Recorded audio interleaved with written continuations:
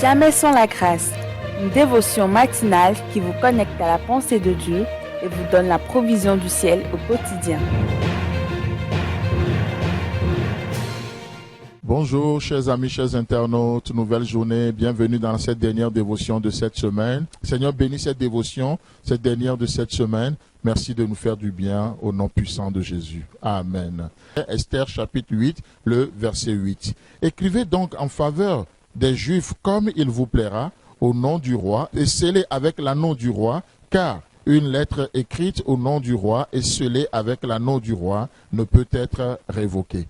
Amen. Je ne sais pas si vous l'avez remarqué, mais dans ce seul verset 8, il nous est mentionné le roi 4 fois. 4 fois. Au nom du roi, l'anneau du roi, le nom du roi et l'anneau du roi. 4 fois nous avons la mention du roi. Oh, j'aimerais juste vous parler, vous demander une chose ce matin. Mais qui vous parle ce matin?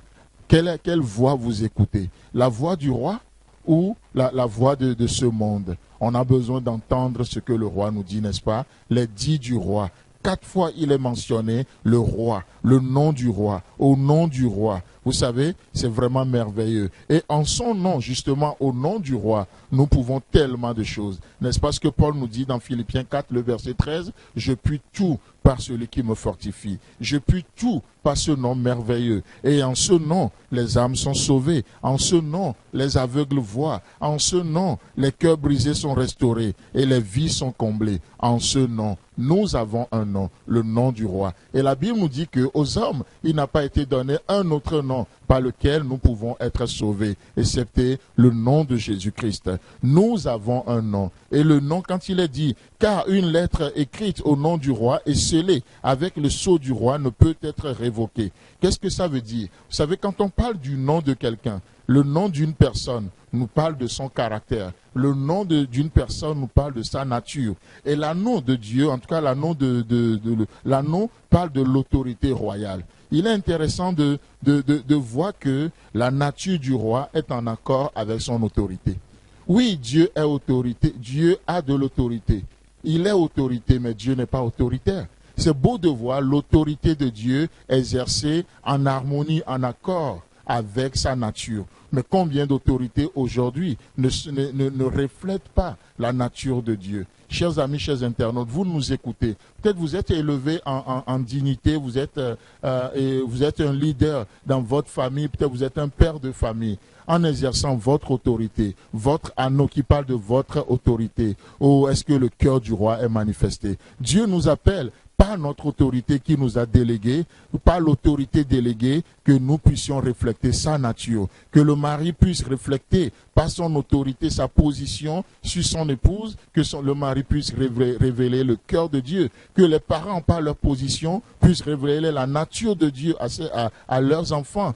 Peu importe là où vous êtes, à des degrés différents, vous êtes en position d'autorité, que cette autorité reflète la nature du roi, le cœur de Dieu. Et je crois que c'est quelque chose qui n'est pas naturel et c'est un défi qu'on doit relever de plus en plus. Parce que si l'autorité exercée, l'autorité qui nous a été déléguée n'est pas exercée en conformité avec le cœur du roi, cette autorité déléguée, malheureusement, n'est pas loin de devenir une autorité déréglée.